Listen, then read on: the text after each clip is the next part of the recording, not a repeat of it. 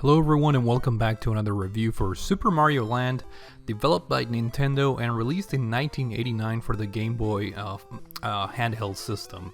I bit this game a few years ago via the 3DS Virtual Console, but decided to play it again since I was testing, let me just say, some quote-unquote things via my recently purchased Steam Deck system. I don't have a background with this game from what I can recall, since I never owned an original Game Boy system. However, I do remember my friends bringing their Game Boys to school and borrowing their systems to play games, but I don't recall playing this game in particular, but rather I remember playing titles like the sequel Super Mario Land 2, the 6 Golden Coins, and other games like Tetris, for example. At any rate, I jumped back to this game and had a decent time, but most importantly, it's always interesting going back to early Nintendo works and see what kind of progression they have made with similar games over the course of the years, obviously. This game, interestingly enough, did not have any involvement from Shigeru Miyamoto, but instead was directed by Gunpei Yokoi, who is the father of the Game Boy system. And I think this is felt throughout the game, since there is a different feel when compared to other Mario games in terms of level design and even presentation, and also story-wise.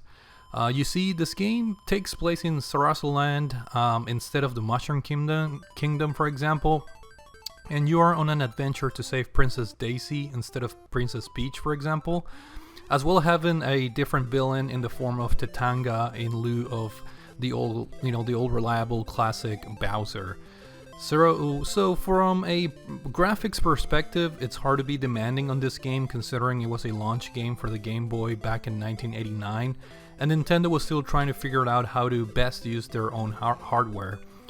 Compared to other similar games, Super Mario Land has simplistic graphics and backgrounds with certain graphical glitches and out-of-scale objects that make it very hard to see certain things, and definitely give the game an archaic feel, if you want to call it that.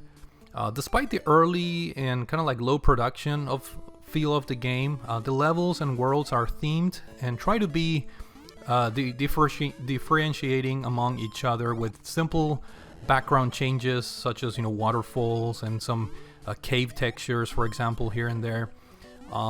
In terms of the sound, the game also shows limitations, but manages to provide some good sounding tunes that are very catchy and are worth checking out in this game. Gameplay wise, the overall physics are a bit all over the place and largely depend if you are using the run button or not. I personally found this game more playable if you just walk and jump instead of the typical hold the run button and keep jumping nature of newer Mario games, where you hold the run button and then you just keep pressing the jump button. Here I thought it's better suited for a slower pace, if you want to call it that. It gives you more precision in the platforming, since there is a weird boost or there's a weird bust, I want to say, in the jump length when trying to jump with the run button that can easily throw you off when trying to have precision in your platforming. There are only 3 power-ups in the game. You have your typical mushroom to increase in size and break blocks and have an extra hit from enemies. Then you have the Starman to become invincible for a short period of time. And then the Fire Flower, which has a very weird shooting pattern that starts downward and only allows the player to shoot one fireball at a time. Perhaps some sort of hardware limitation, but I thought it was interesting and kind of took me a while to get adjusted to the fireball pattern, if you want to call it that. Each level has 2 exits, which is interesting. If you manage to take the top exit at the end of each level, you enter a mini game where you can earn extra lives. One very interesting aspect when it comes to level design is that this game features some horizontal shmups levels, if you want to call them that, which I thought were pretty interesting to break up the pure platforming levels in the game. The game is very short, since there are only 12 levels separated in 4 worlds, and you could technically beat the game in well under an hour if you know how to play it.